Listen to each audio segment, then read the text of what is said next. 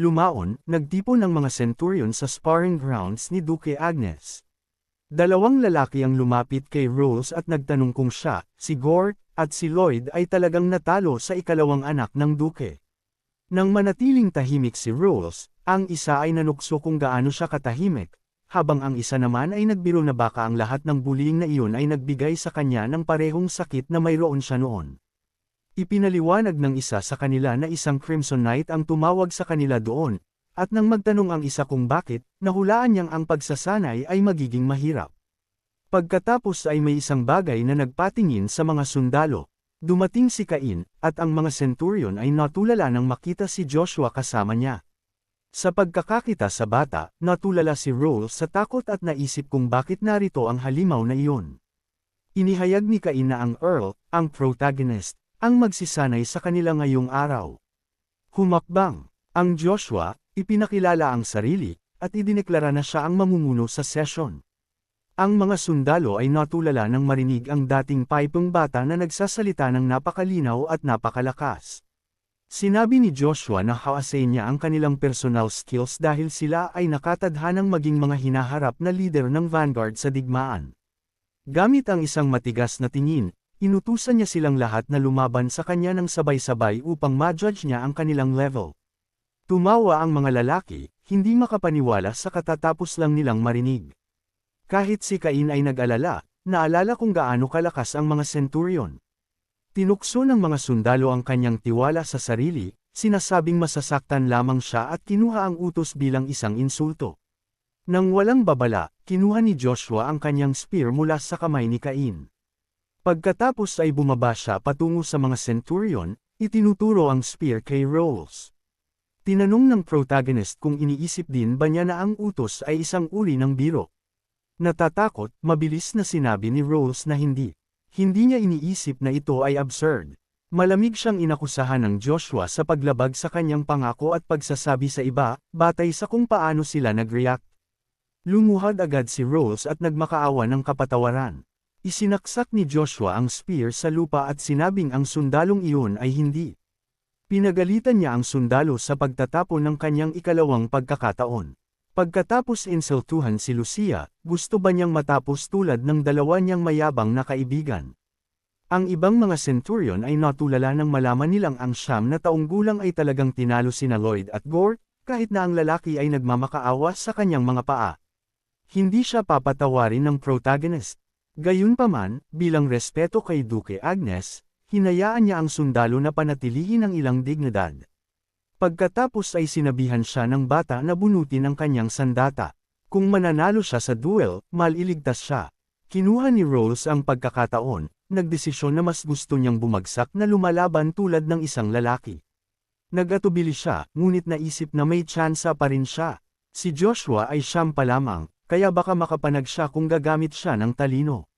Pagkaraan ng isang segundo, sumugod si Rolls, gustong-gustong may patama ang unang hit. Ngumiti lamang ang Joshua na para bang hinihintay iyon. Sa isang kisap mata, si Rolls ay ibinagsak ng kanyang lightning spear. First stage, ang patama ay napakasindi kaya itinapon nito ang centurion diretso sa pader. Hindi makagalaw si Rolls pagkatapos ng patama na iyon. Halos hindi man lang siya makahinga. Ang isang sundalo ay nagpanik ng marealize na gumagamit ng mana si Joshua. Sinabi sa kanila ng protagonist ang isang simpleng katotohanan. I judge ang isang kalaban sa hitsura at maaari ka nitong mapatay. Pagkatapos ay hinamon niya ang sinumang nagdududa pa sa kanya na humakbang paitaas. Isang centurion ang sa wakas ay lumapit sa spear hero.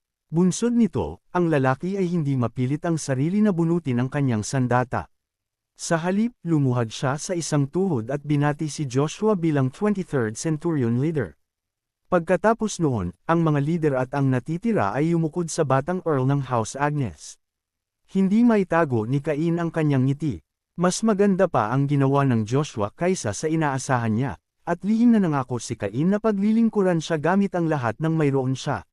Sa ibang lugar, sa isang guest room ng Duchy, isang batang ginang ang nagpakawala ng isang mahabang buntong hininga. Nakaupo si Cheryl sa kanyang kama, yakap ang kanyang plushie at mukhang miserable. Patuloy niyang iniisip si Joshua na nagsasabi sa kanya na umalis. Pagkatapos ay pumasok si Cox na may malaking balita.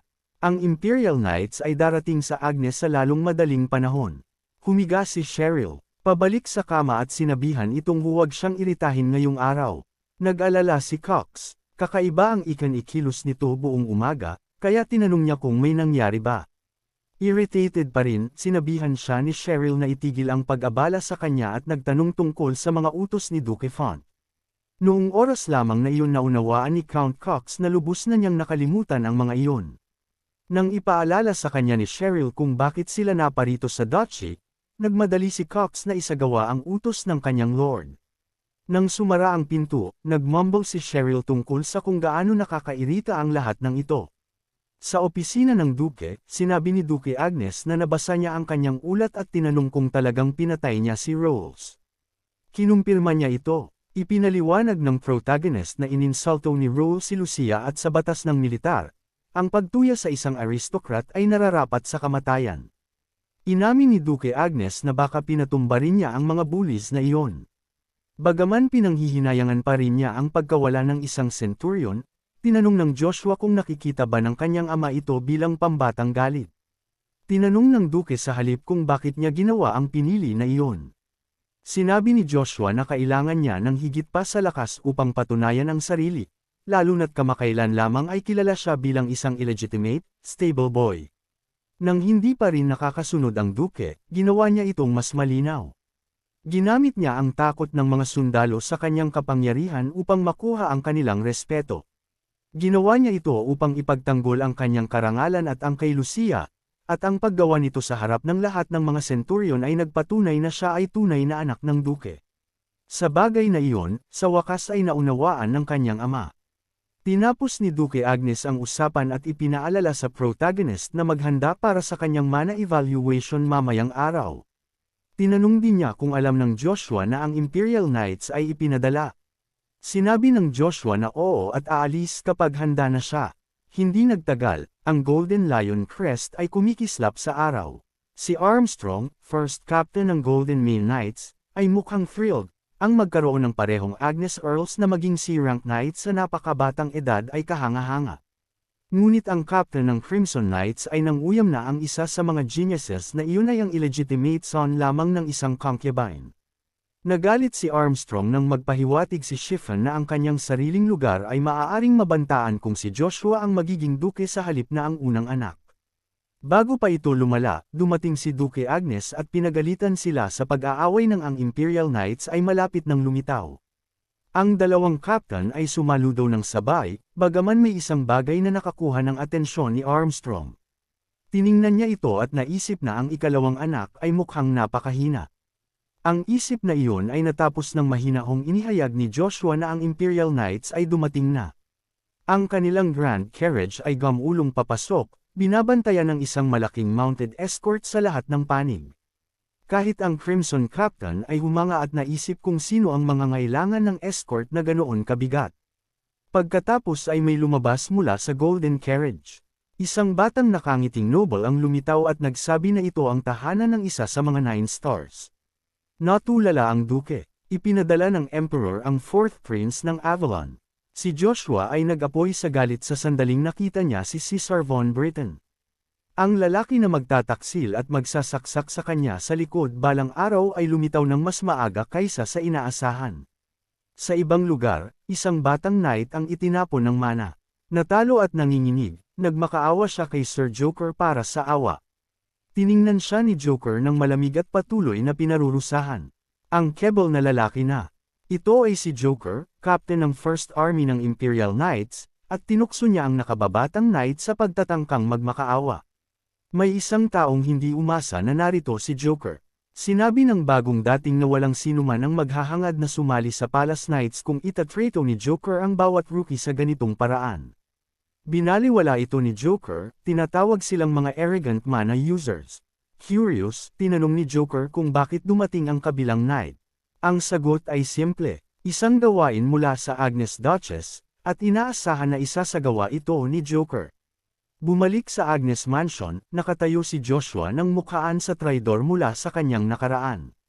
Ngumiti ng madilim si Joker nang makita ang Earl na dapat niyang harapin. Nahulaan ni Prince Caesar na ang bata sa harap niya ay ang gifted prodigy na binanggit ng lahat.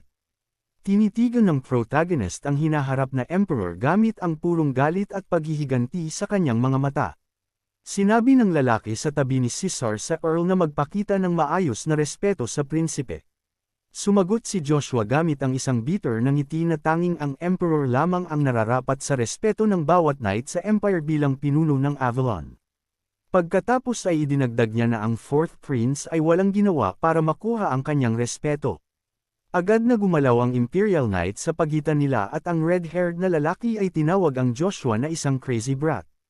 Si Valmondon Braun, Vice Captain ng Ninth Order, ay bumunot ng kanyang espada at nang uyam na ang bata ay isang illegitimate former stable hand lamang na nawala ng isip sa dumi.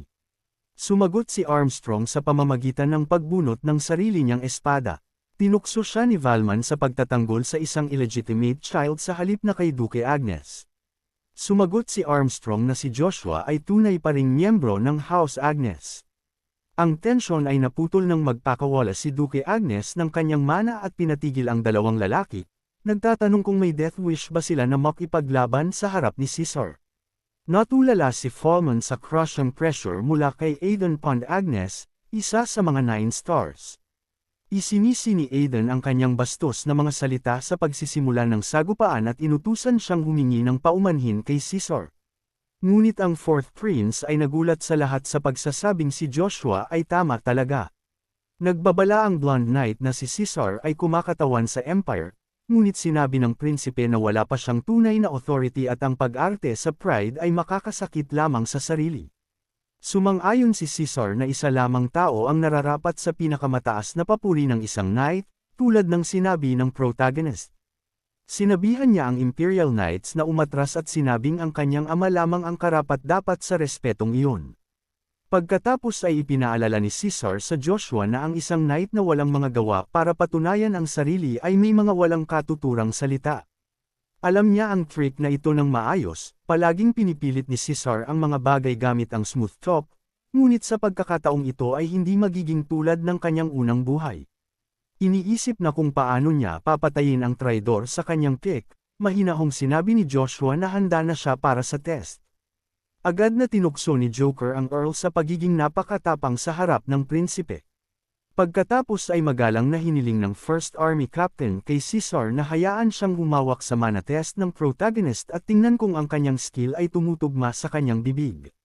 Sumang-ayon si Caesar, sinasabing mas ligtas para sa Joshua na makipag-spar sa isang mas mataas na rank na knight tulad ng B-rank na si Joker. Ngumiti si Joker tulad ng isang demonyo at nangakong i-evaluate ang mana ng bata ng napakasusi. Naghintay si Duke Agnes para sa test kasama ang kanyang dalawang knight captains sa malapit. Ang evaluation ay gaganapin sa Agnes Training Hall. Ang Imperial Group ay nanood din, naghihintay na makita kung ano ang gagawin ni Joshua.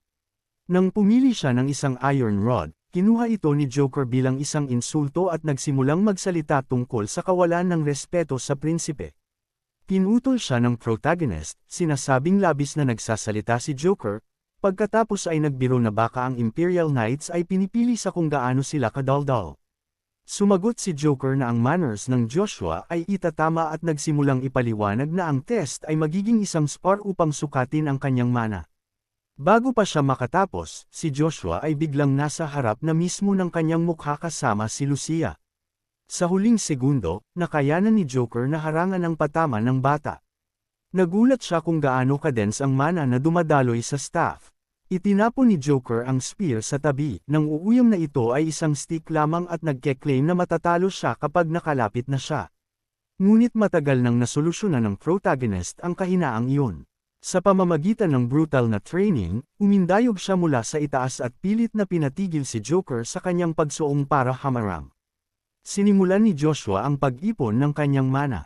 Nagpakawala ang Joshua ng first form ng lightning slash. Hinarap ito ni Joker gamit ang kanyang mana blade at hinarangan ang patama. Nagulat si Caesar na nakikipagpalitan ito ng patama sa isang B-rank knight, ngunit ipinaalala sa kanya ng red-haired na lalaki na pinipigilan ni Joker ang sarili sa C-rank power. Ang mas nakahanga kay Felman ay ang kakaibang spear style ni Joshua. Hindi niya moari kung saan natutunan ng bata ang mga galaw na tulad nyon. Sinimulang maiwanan si Joker. Mas malala pa, naisip niya na kung matatalo siya, baka ipapatay siya ng Duchess. Walang natitirang ligtas na opsyon, ang Knight Captain ay nagbaka sakali. Hinusgahan ng protagonist na mas malakas si Joker kaysa sa kanyang nakakatandang kapatid. Kasabay noon, ang pagkontrol sa sarili niyang mana ay pabalik-balik na nagiging mas mahirap, at ang holy power sa kanyang katawan ay malapit ng magbanggaan. Nagulat siya nang gamitin ni Joker ang kanyang mana sword upang sagutin ang lightning slash ng isang counter. Sa puntong iyon, tanging ang Duke lamang ang makakapigil sa balak gawin ni Joker, ngunit ang Knight ay walang dahilan upang mag-atubili. Masyadong malayo ang Duke, kaya hinati ni Joker si Joshua gamit ang mana charge force. Ang patama ay nagpaubo ng dugo sa bata. Napansin ni Armstrong ang pagtaas ng kapangyarihan ni Joker lagpas sa B-rank at naisip na ang Joshua ay nasa tunay na panganib, ngunit sinabihan ng kanyang ama ang Knight Captain na manatili at patuloy na manood. Tinanong ni Joker kung hinarangan ba ni Joshua ang patama na iyon sa pamamagitan ng pag-ipon ng mana sa isang punto, pagkatapos ay nagbabala na hindi ito magliligtas sa kanya ng 2 beses. Naitulak sa limitasyon, ibinuhos niya ang lahat ng kanyang mana sa kanyang spear. Nang uyam si Joker na ang pag-iipon ng mana ngayon ay walang silbi. Agad na sinabihan ng Imperial Vice Captain si Joker na itigil ang kaguluhang ito. Ang kanilang mga kapangyarihan ay nagbanggaan at sumabog sa isang napakalaking explosion. Pinanor ng Duke ang resulta ng hindi kumukurap. Natulala si Caesar at si Velma na nagtanggol sa batang prinsipe mula sa blast ay katulad ding namangha. Ang training hall ay nagtamo ng malaking pinsala mula sa sagupaan at si Joker ay naitapon pabalik. Halos hindi niya matanggap ang nangyari. Habang sinusubukan ni Joker na intindihin ito, si Lucia, ang artifact ng Demon God, ay nagbalik sa kanyang tunay na anyo. Kung magpapatuloy ito, matatalo si Joshua sa high B-rank sword aura ni Sir Joker. Habang inaipon ng protagonist ang natitira niyang mana, sinugod siya ni Joker. Tinutokso ang pagsisikap na walang katuturan. Inakala ni Joker na ang isang diretsahang sagupaan sa pagitan ng kanyang B-rank sword aura at ng C-rank mana ng Joshua ay wawasak sa bata mula sa loob at tatapos sa laban. Upang manatiling buhay, mayroon lamang siyang isang choice. Itulak ang kanyang katawan lagpas sa limitasyon nito. Kaya, tinawag niya ang kanyang pinakamalakas na sandata at nabuo ito sa kanyang kamay. Sa sandaling lumitaw si Lucia, ang nagbabanggang mana ay sumabog sa buong training ground. Ang epekto ay nagpabitak sa sahig. Nakatayo doon si Joshua na nanginginig. Ang artifact ng Demon God ay hawak sa kanyang kamay. Natulala si Chiffon nang makita ang batang master na may hawak na magic weapon habang si Caesar ay patuloy nang umingiti sa pagkamangha. Tinanong ni Caesar si Valman kung sapat na ang kanyang nakita. Hindi nakasunod ang Vice Captain, kaya ipinaliwanag ng prinsipe na ang protagonist ay extraordinary, kahit walang maayos na combat training. Noong oras lamang na iyon naunawaan ni Velman kung ano ang ibig sabihin ng pinakabatang prinsipe. Pagod na tinanong ni Joshua si Joker kung kumusta ang test, na nag-iwan sa kanya na naguguluhan.